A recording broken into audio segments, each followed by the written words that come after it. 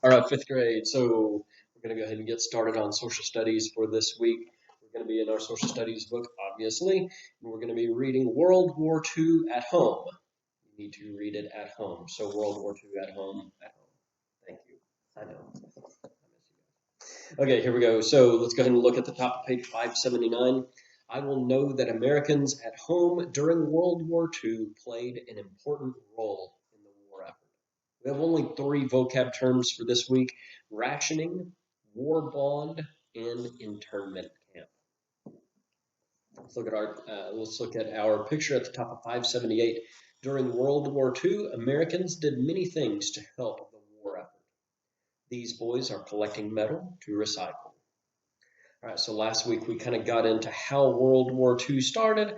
Obviously, it had a lot to do with Hitler, if y'all remember talking about him last year and last week too. But it's also important to point out that there are also still the other two dictators. We've got Italy that's also causing problems, and Japan as well. Starting in 1941, many auto workers learned a new trade. Their factories were converted to wartime use. The workers stopped making cars and started making planes or tanks or bombs. The assembly line of one auto plant near Detroit, Michigan turned out a new plane every 2 hours. And we're not talking about like tiny little planes, we're talking about those like big bomber jets. By the end of the war, about 200,000 companies had switched from producing consumer goods to military ones. Consumer goods are the things that like we use at home, so much different things that they're making than they're used to. This was just one of many changes that the war caused on the American home front, helping win the war. Food and fuel became scarce during the war. Soldiers needed food. Their planes, tanks, and ships needed fuel. Other goods became scarce too, as more goods were needed to help the war effort. Americans at home had to learn to get by without some things and with less of others. The United States government tried to make sure that everyone had equal shares of scarce goods. In 1942, it set up a rationing system. Rationing is a system that limits the amount of scarce goods people can buy. President Roosevelt told Congress, where any important article becomes scarce, rationing is the democratic, equitable, fair solution. Rationed foods included sugar, butter, meat, eggs, and canned goods. Tires and gasoline were also rationed. Highway speed limits were lowered to save fuel. So, in order to get any of these goods, you had to have this little book of like coupons, basically. And whenever you wanted to, I don't know, buy a pound of meat, you would have to tear out this little coupon from your little book, and you would have to give that to the butcher or whoever you're buying the meat from. And if you don't have one of those little things, it means you can't buy whatever it is that you want to buy. Americans also helped the war effort by recycling. War industries needed metal, paper, and rubber. To do their part, children held scrap drives. They went from door to door collecting scrap materials. People contributed metal cans, tin foil, old cooking pots, piles of newspapers, and old tires. Much of the food grown on American farms was shipped overseas to feed the Allied troops. The good guys, obviously. As they had done in World War I, Americans made up for food shortages by planting victory gardens. These vegetable plots popped up in backyards and public spaces all over the country. In 1943, Americans planted about 20 million victory gardens. Americans also supported their country by lending it money. The cost of fighting the war was about $350 billion. Taxes paid some of the cost, but the government borrowed the rest. It did so by selling war bonds. By purchasing bonds, Americans lent money to the government. People later earned money called interest on these bonds. More importantly, buying bonds helped to fund the war. African Americans find new opportunities. The Great Migration of African Americans continued as more and more African Americans moved from the South to cities in the Northeast, Midwest, and West. They still came in search of work and better living conditions, but they faced unfair labor practices in many of the new war industries.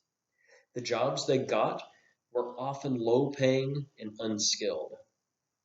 In 1941, President Roosevelt issued an order that banned discrimination in war industries. As the demand for war goods grew, so did the demand for labor. More African Americans got better paying, skilled factory jobs. By the end of the war in 1945, African Americans held 8% of the jobs in war industries.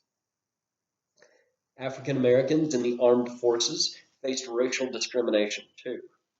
Segregation in the military meant they could only serve in all black units. They were not allowed to earn promotions to leadership roles and were kept out of many skilled jobs. Until 1941, African American pilots could not serve in the armed forces. Pressure from civil rights groups led to the formation of the Tuskegee Airmen. This squadron of African American pilots and support crew was named for its training location in Tuskegee, Alabama. We actually talked about that more than a few weeks ago. By the end of the war, 355 Tuskegee pilots served overseas, flying hundreds of successful missions. For their bravery and service, many of the airmen received military awards, including Purple Hearts and Distinguished Flying Crosses. So those Distinguished Flying Crosses, if you did like a really important mission or if you did something extremely important while you were on one of these missions, that is how you would be awarded. And Purple Hearts, you get those by being injured. Women find new opportunities. Around 10 million American men were drafted to serve in the armed forces. Some of their jobs went to unemployed men who stayed home, but millions of jobs remained open. Women filled many of these jobs. During the war, about 6 million women joined the workforce. About a third of them ended up in war industries. They worked in aircraft factories and shipyards. Some did jobs they already knew, such as filing or typing. However, many trained for jobs that traditionally only men did, including building equipment and weapons. Before World War II, women could serve as nurses, radio operators, or clerks in the armed forces, but most other military jobs were closed to them. A bill to allow women to enlist in the military was passed by Congress in 1942. The government urged women to join up. About 300,000 did. Women served in a wide range of military jobs. Some were mapping specialists or language translators. A select few became pilots. They flew fighters and bombers from one base to another. Women did not take part in combat, so they didn't do any fighting. Although nurses tended the wounded in war zones. Some nurses were captured by enemy forces. More than 200 were killed. The Japanese experience. After Pearl Harbor, Americans began to fear what might happen next. Japanese forces, they thought, could cross the Pacific Ocean and invade the United States. I mean, they just kind of done the same thing in Pearl Harbor, so what was to stop them from going a little bit further to America, or mainland America, Hawaii's part of America. Would they help defend? Oh, excuse me. Most Japanese Americans lived near the West Coast, especially in California. Would they help defend the country against a Japanese attack? Many Americans believed they would, but others were not sure. In February 1942, 2 months after Pearl Harbor, President Roosevelt issued an order. Americans, he said, could be forced to move out of certain areas if they might be a threat to the country's security. The order was aimed mainly at Japanese Americans. So basically, what happened was Roosevelt and a lot of people in the government were worried that there were these kind of like hidden soldiers, these hidden Japanese fighters in the United States already. And so what they did was they said, well, if we don't really trust you in an area, we're going to move you out of that area. In a way, yeah, it was pretty racist. But, I mean, it was somewhat understandable considering they don't know who to trust at that point. Still racist. About 110,000 people of Japanese ancestry were affected. Two-thirds were American citizens. By the end of March, they had been forced to leave their homes in California, Oregon, Washington, and Arizona. They had to give up their ways of life and most of their possessions. They were moved to guarded camps away from the coast. These places were called internment camps. They seemed like prisons to the families forced to live in them. Yuri Tateshi recalled what it was like. You're kept inside a barbed wire fence and you know you can't go out. Some young men from these camps did get out. Starting in 1943, they were allowed to volunteer for the armed forces. Many joined the 442nd Regimental Combat Team. This all-Japanese unit fought in Europe and was the most decorated unit in the United States Army. General George C. Marshall praised the 442nd.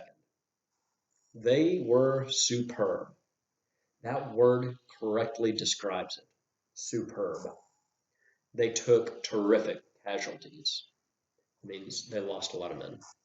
They showed rare courage and tremendous fighting spirit. All right, guys, that's it for this week. So, y'all have a good week.